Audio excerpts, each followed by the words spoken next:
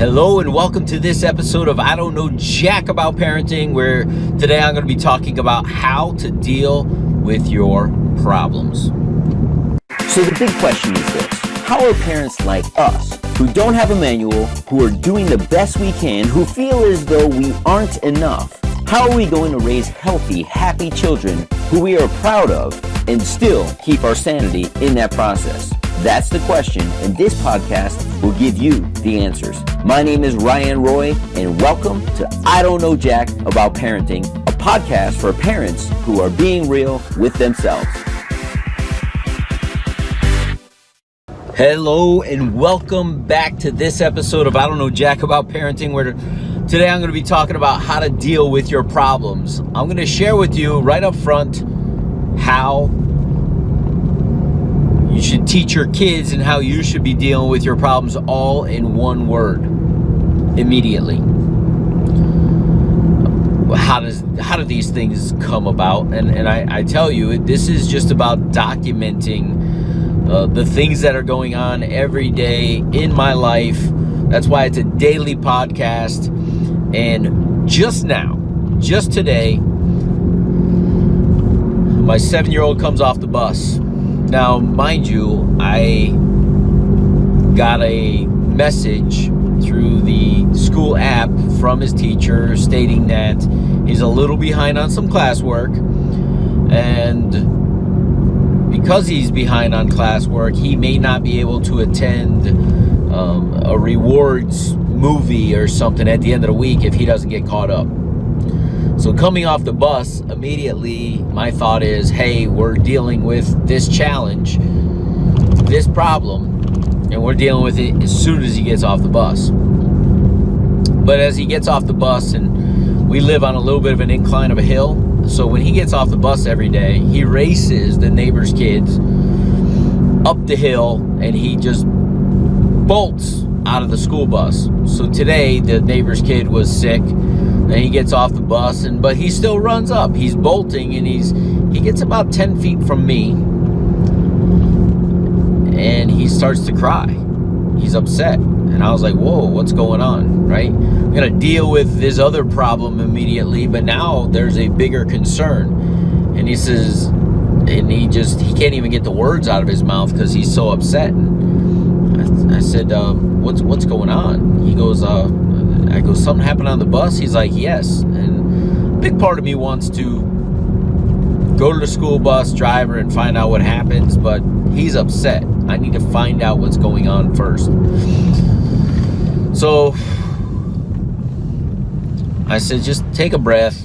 I don't want the kids on the bus to see him upset, right? I don't want him to be any further embarrassed because he came off pretty strong. And he proceeds to let me know that his Pokemon card, his favorite one, his best card, somebody on the bus took it from him. And he had a couple cards, and the kid gave back certain cards, but he didn't give back the best card. And the kid's like, well, I don't have it. Maybe it fell. I don't know. I lost it. So he's upset because he told the bus driver, as we've told him, you have a problem, tell the bus driver. Bus driver's like, well, I'll look for it later on the bus. And so I said, well, who did it? And he tells me the young man's name, and I happen to be friends with the young man's parents. And I said, I'm not necessarily buying the story. I said, how would you like me to handle this? I said, do you want me to call his parents? And he's like, no, he said that he lost it. I said, well, let's talk about a couple scenarios here. Just yesterday, so right now we're dealing with the first problem. Just yesterday I told you, if you're going to bring Pokemon cards to trade, do not bring your best cards, because one, you don't want other kids to see them and convince you to trade them when you know you really like them. So just don't bring that card or those cards to school with you.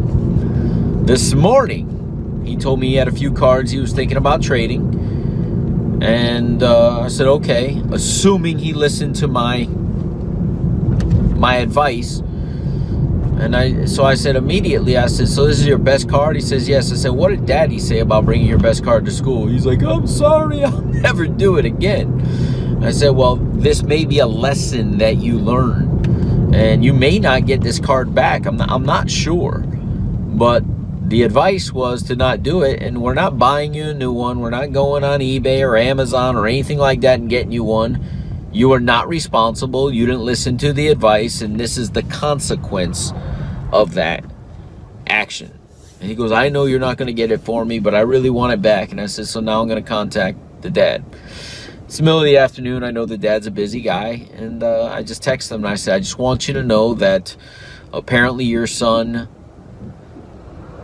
had some of my son's cards. And there's a card in question that wasn't returned. And I just want you to be aware of it. And he says, I'm going to deal with it immediately. He texts me back. He says, I'll deal with it immediately. And this is the beauty about being involved at the school, right? These are other PTA parents, people who really pour into the school, and we've gotten to know each other.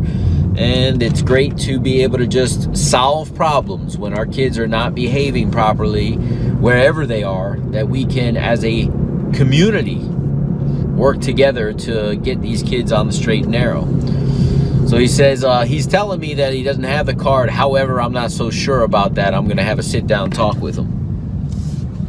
And this is via text. I said, well, thank you for having a conversation. Maybe we'll get to the bottom of it. At that point, I do proceed to Google the card and get a picture of it. And I said, if you do come across a stack of cards and this one is in it, this is the card that's in question. And immediately he responds to me saying, does this look familiar? And I said, yes. So my son would have been upset all night long had I not dealt with this challenge immediately. We did it diplomatically. I didn't accuse anything of anybody. I didn't say your son's a thief. I didn't say he's a liar. I said there were some cards in his possession and one in question did not get returned, and this is what it looked like. He basically had a conversation with his son. So the resolution, he goes, I want to thank you for reaching out to me. I said, I want to thank you for being a great parent. I said, I know if my son had done something like that, I would want to know. He had his son write my son a beautiful letter, and I know he did it on his own. And he sincerely apologized. He actually said, hey, can your son and I, play these cards together? I said, well, I think that's something that you and your father and I need to discuss first. But I'm open to that. He made him apologize to me. I accepted his apology. I did ask if I could have, if he could do one thing for me, and he says yes. I said, could you just start making better choices for yourself? He says, I can do that. His father said there's going to continue to have conversations around this with him. I got to have some really great conversations with my son after this. We got back home and I said, listen, it's all about choices. And he made some poor choices. So I asked him to start making better choices. He goes, I think his father was embarrassed. I said, I think his father was embarrassed too. He goes, how would you feel if I did that? I said, you're not going to do that because you know better. So I don't have to worry about how I would feel. He goes, would you be embarrassed? I said, it doesn't matter how I would feel in regards to what had happened or in front of another parent. Here's the thing, young man. Right now, you've never given me any reason not to trust you. So right now, I trust you explicitly. I trust that you will do the right thing. I trust that you will make good decisions. I trust that if you make a bad decision, you'll try to right it once you realize it's a bad decision. So more than anything, it doesn't matter if I was embarrassed. What matters is that I wouldn't be able to trust you. And right now, I trust you. So how do we deal with problems? See, I don't know anything about parenting. Like, parenting aside, This is life. You deal with your challenges head on and immediately. And that's what we did. So as soon as that was resolved, I looked at him and I said, hey, we got something else we need to deal with. I got a message from your teacher today. And he says, I know what it's about. Very confident. He says, I haven't done 5 assignments. But Dad, I want you to know I did 3 of them today, and I have a plan to do the other 2 first thing in the morning when I get to school. I said, well, I appreciate that. But there was a problem to begin with. You weren't doing the work. So what I'm going to ask you right now is important.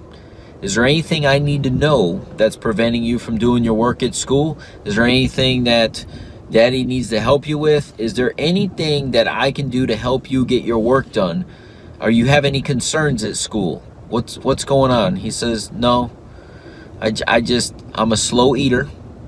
I have breakfast in the morning, and that's the time that we're supposed to be getting our work done. And I've just been eating slow. I said, well, I appreciate your honesty. So what I can do is either we could feed you at home and I drive you into school, or I can trust that I'm sending you to school and you're going to eat breakfast at school, but you're going to eat it in a way that it's timely so that you can have time to do your work. Which option do you want to choose? He's like, no, I can go to school and I can do it. You know, I can eat quicker and have time to do my work. I said, and young man, we just had a whole conversation around trust. I trust that you'll make a better decision and get your work done on time.